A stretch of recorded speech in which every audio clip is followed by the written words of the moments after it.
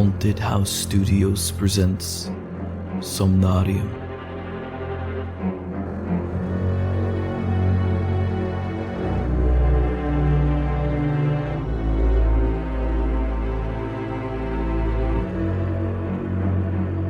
Episode 8. Here They Sleep.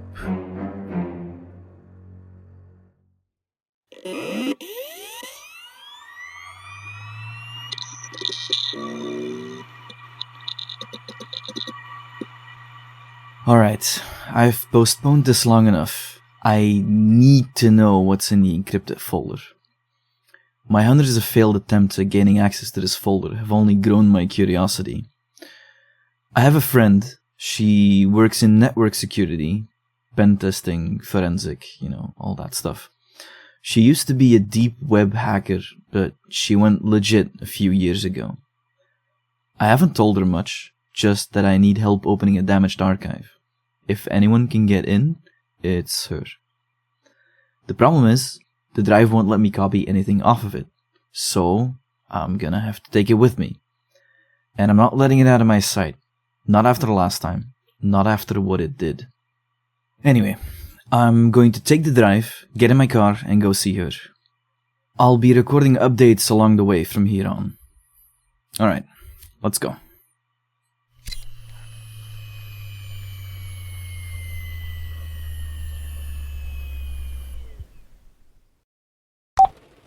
Okay, I'm in the car. I don't really know why I'm doing this. Why I can't just leave this alone. It's just an encrypted folder. It's probably confidential material Renwyck didn't want anyone to see. Private patient notes, something sealed for a reason, There's a part of me that feels like I'm crossing a line just thinking about getting in there. Ever since I got my hands on this drive, everything's been tilted. I go to work, I do what I'm supposed to do, fix things, clean up systems other people break. It's my job. And then I come home and spend all my free time listening to recordings from 20 years ago. That's not normal. And now, I'm taking a long drive to see an old friend to break into something that doesn't belong to me. If this turns out to be a hoax, honestly, that would be the best possible outcome. Because what I experienced, that thing, I can still feel how close it was, how real it felt. You don't just hallucinate something like that, right? Unless you do. And if I did, then what does that say about me? I've been sleeping badly. I've been obsessing over this. I've been sitting in a quiet room with that drive humming for hours at a time. Anyone would start imagining things. But then there are the files. The repeated names in the margins, the phrasing that shows up across cases that weren't supposed to be connected, the way certain themes keep resurfacing, even in the corrupted fragments. That could just be how Renwyck worked. Clinicians reuse terminology, patterns appear when you archive enough material. I work with systems, I look for structure, that's what I do for a living. Maybe I'm just doing it here because I don't like unfinished puzzles. But why can't I find anything about her? No publications, no archived profiles, nothing that lines up cleanly.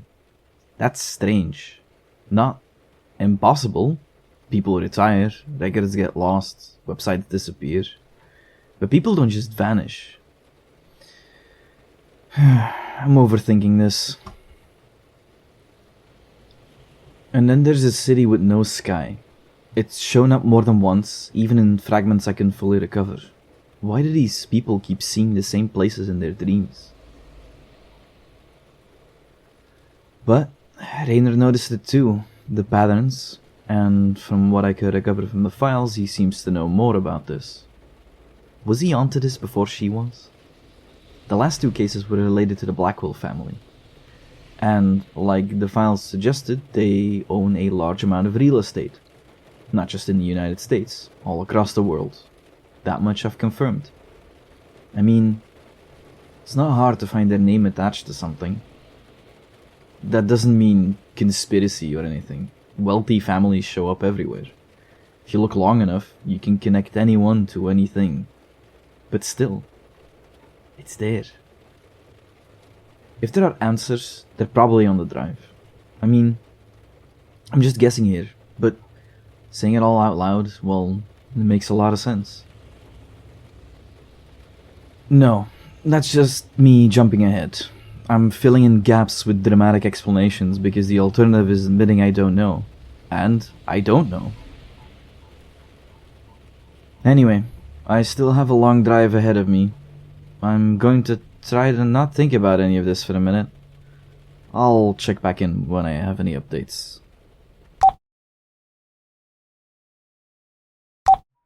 Okay, I'm here. I'm gonna go in, get that folder unlocked, and get out. I don't want to risk her involvement in any of this.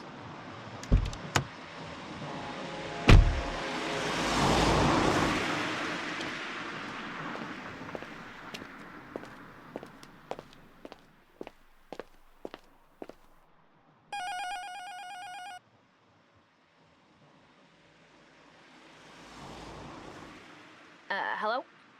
Maddy? Hey, it's Alex. Oh, hey, let me buzz you in. First floor, door on your left. Alright, coming up.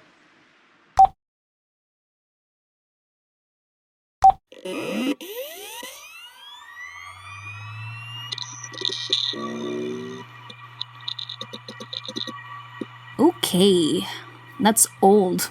You weren't kidding. It's temperamental. Temperamental isn't the word I'd use. Remind me again, where'd you get this thing? Data center decommission a while back. So you stole it? No, I mean, technically, maybe?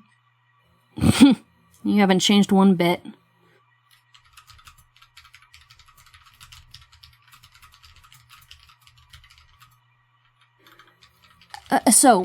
What have you tried? Basic stuff. Passwords attempts, names from files, dates, case numbers. Mm-hmm. Variations, symbols, obvious combinations. You brute forced it. With a word list, yeah. Of course you did. It was worth a shot. It's always worth a shot. It just almost never works on something that looks like this. What else? Tried mounting it as a compressed archive. Renamed extensions, ran it through 7-zip and VeraCrypt, a couple of other recovery tools. You thought it might just be mislabeled. Or corrupted. It's not corrupted. That's what I'm starting to think. You open it in hex editor? Yeah. And? Didn't recognize the header. That's because you were looking for something standard. What does that mean? It means you're assuming this is a locked folder with a password. Isn't it? Not exactly. You treated it more like a box with a combination on it, but this isn't a padlock situation. Okay, then what is it? It's a container, possibly layered, maybe even nested. Could be a hidden volume inside something else on this drive. What do you mean hidden? The visible data is just a shell. The real payload might only mount if you present the right key file, or the right structure. So it's not about guessing a password?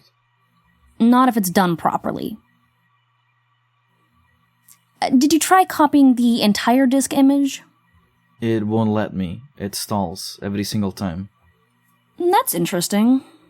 You say that like it's good. It means it's doing something on access, which means it's not static. I don't like the way you're saying that. Relax. I mean, it's structured.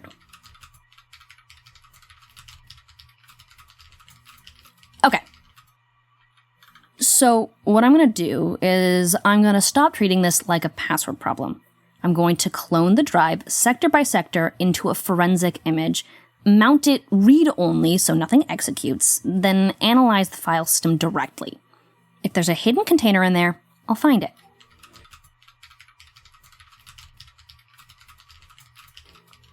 You might want to grab a cup of coffee. This is going to take a while. All right, boss. Don't do that. Do what? We're not in high school anymore, Alex.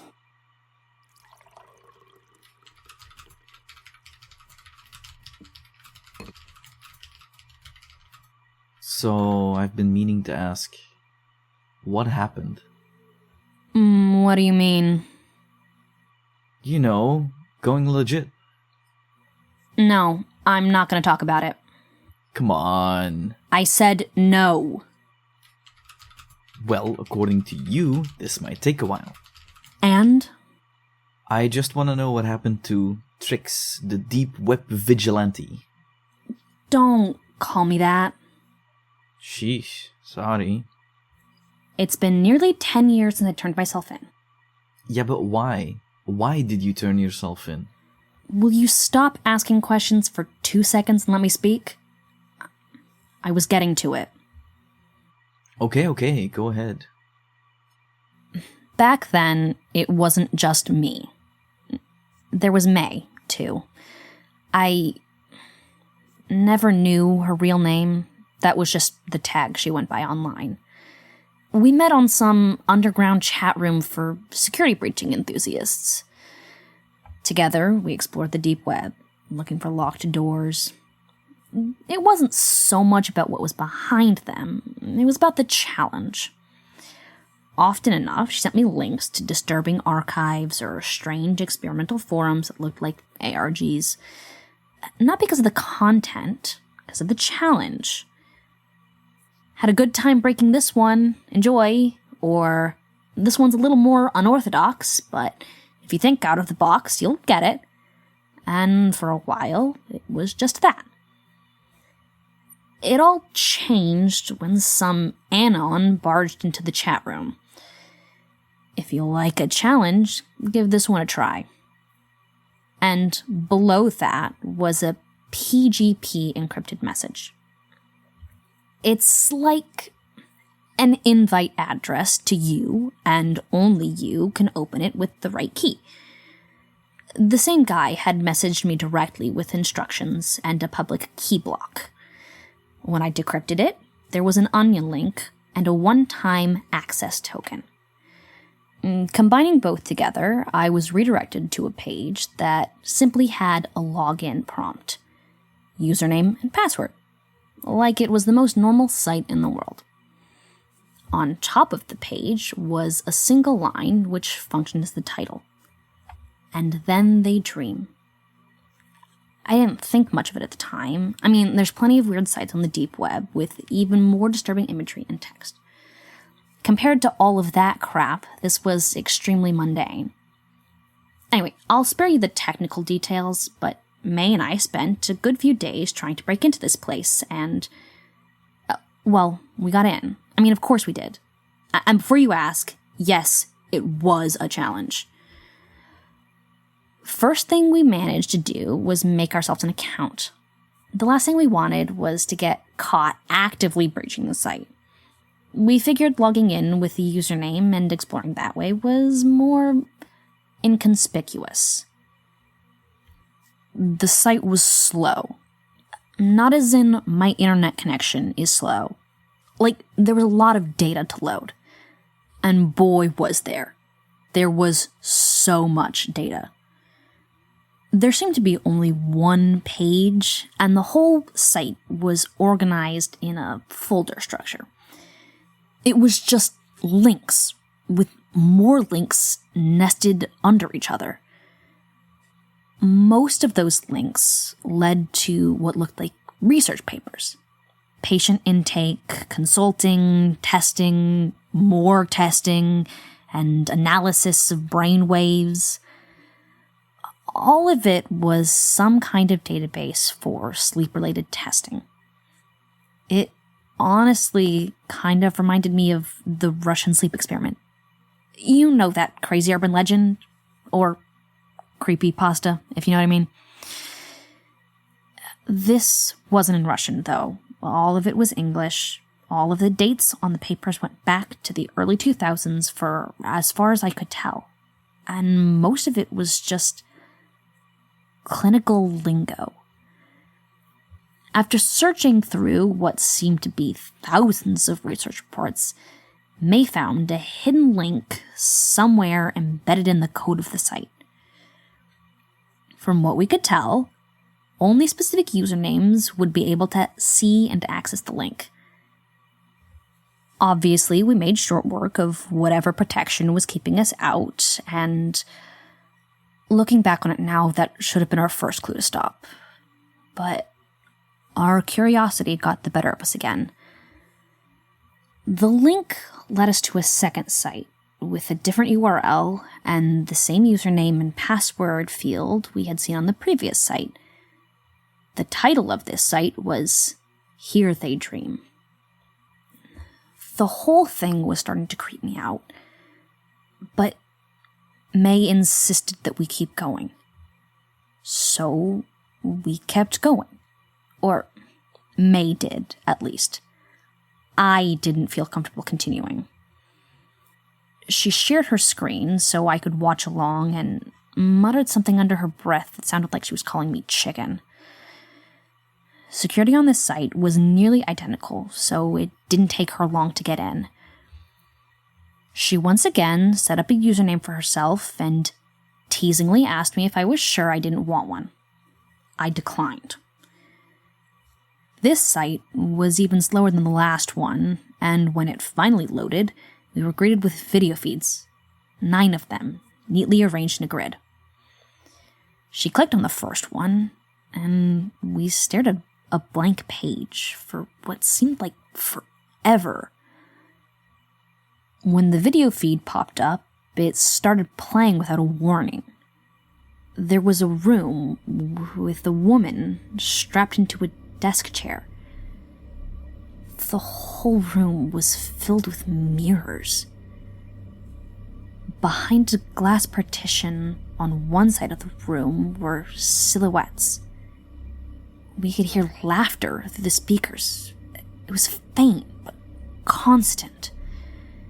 She kept trying to turn away, but there was nowhere to look that wasn't herself. At some point, the laughter stopped. The camera angle shifted slightly. She froze. Then the lights went off, and when they came back on, the chair was empty. The next feed showed the inside of an elevator.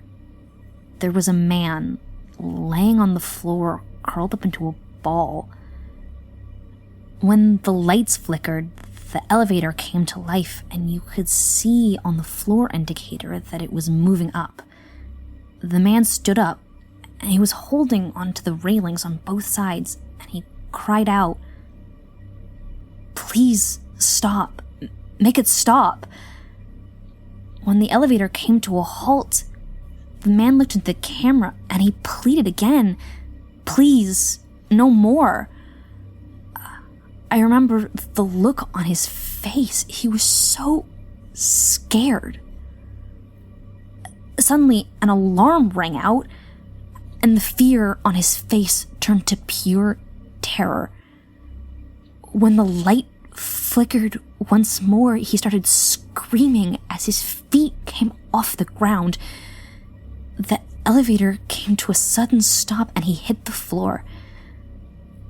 When the elevator doors opened, the camera cut.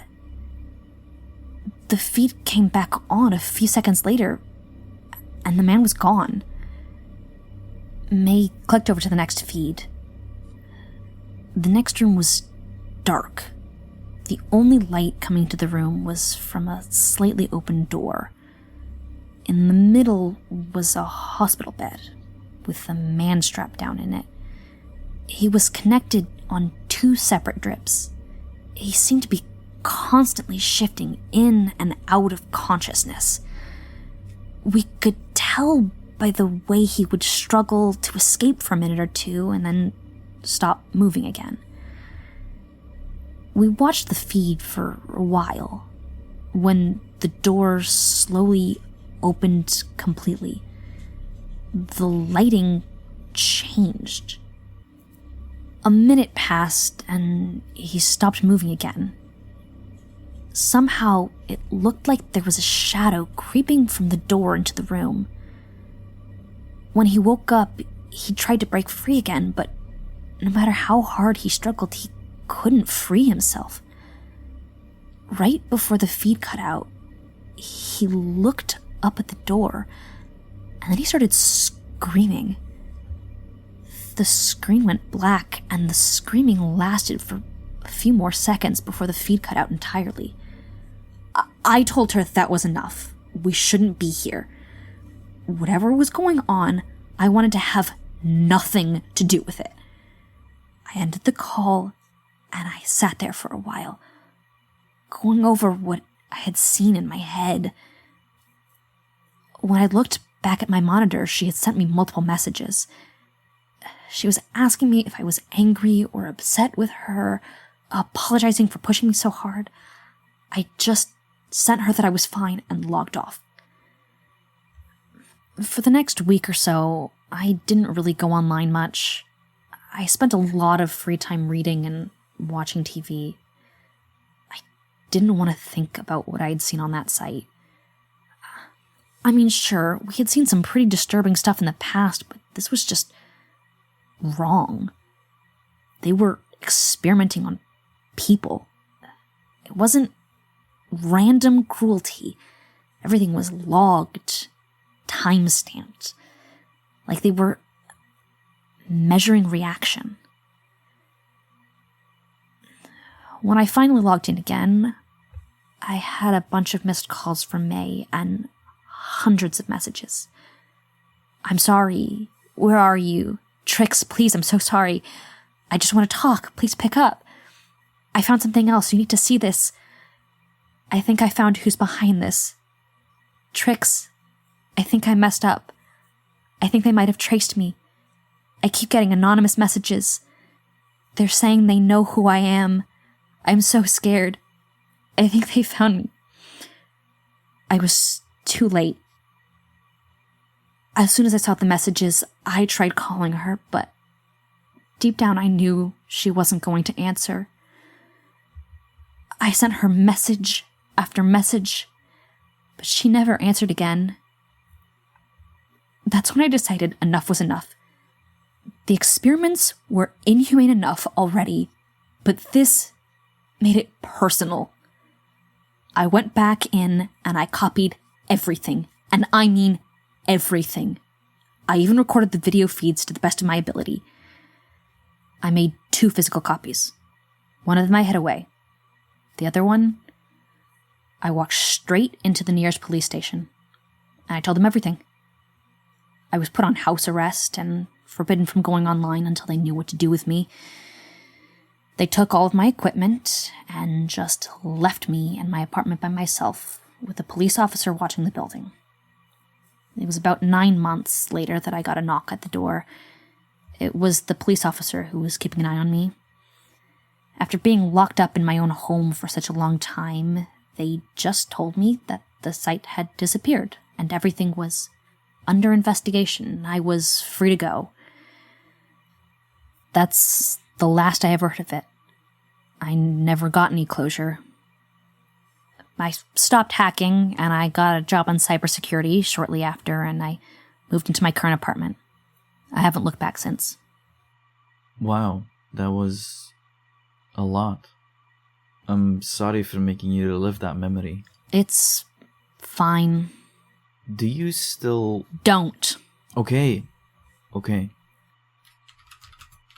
Look at that. I'm in. Wait, really? What? Didn't think I had it in me?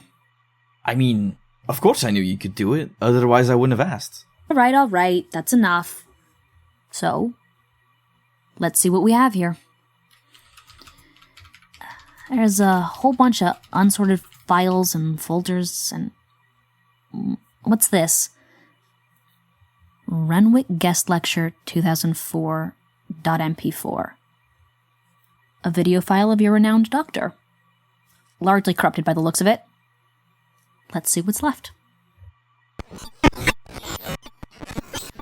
To summarize, in modern sleep medicine, we tend to treat dreams as a neurological event, a product of REM sleep, a cognitive byproduct. Historically, that is not how most cultures approached it. In a lot of older traditions, the dream wasn't seen as incidental. It was treated as directive. Not just something you experienced, but something delivered. A message or an instruction, depending on who you asked. And once you treat dreams that way, you end up with a role that has to exist, a specialist.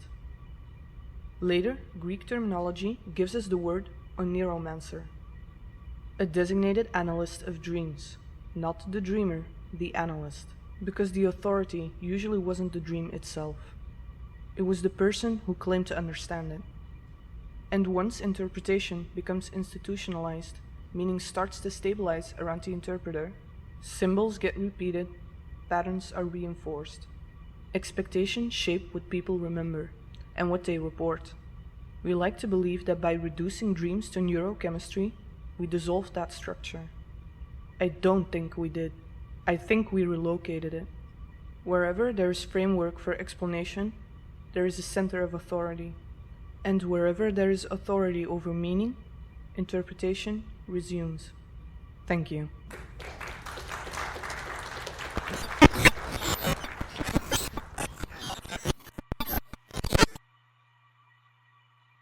Wow. So, that's Renwyck, I guess. I'll put the decrypted folder back onto the hard drive so you can analyze it. Thank you, Maddy. Whatever. I mean it. Thank you. This really helps. I hope that whatever you're looking for is worth it. What do you mean? Curiosity, it's not always a good thing.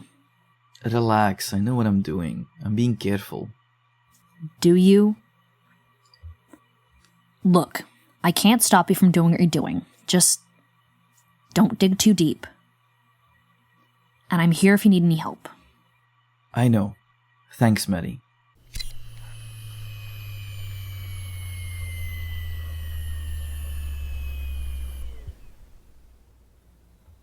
Here, get this hunk of junk out of my sight. Alright, I should get going now. It was nice seeing you again. Yeah, we should do this more often. Decrypting mysterious hard drives? No, meet up. I'll think about it. This really is a nice neighborhood. Shame about the trains. What trains? The railroad? I heard it when I got here. There's no railroad around here. Must have imagined it then. Anyways, see ya. Bye.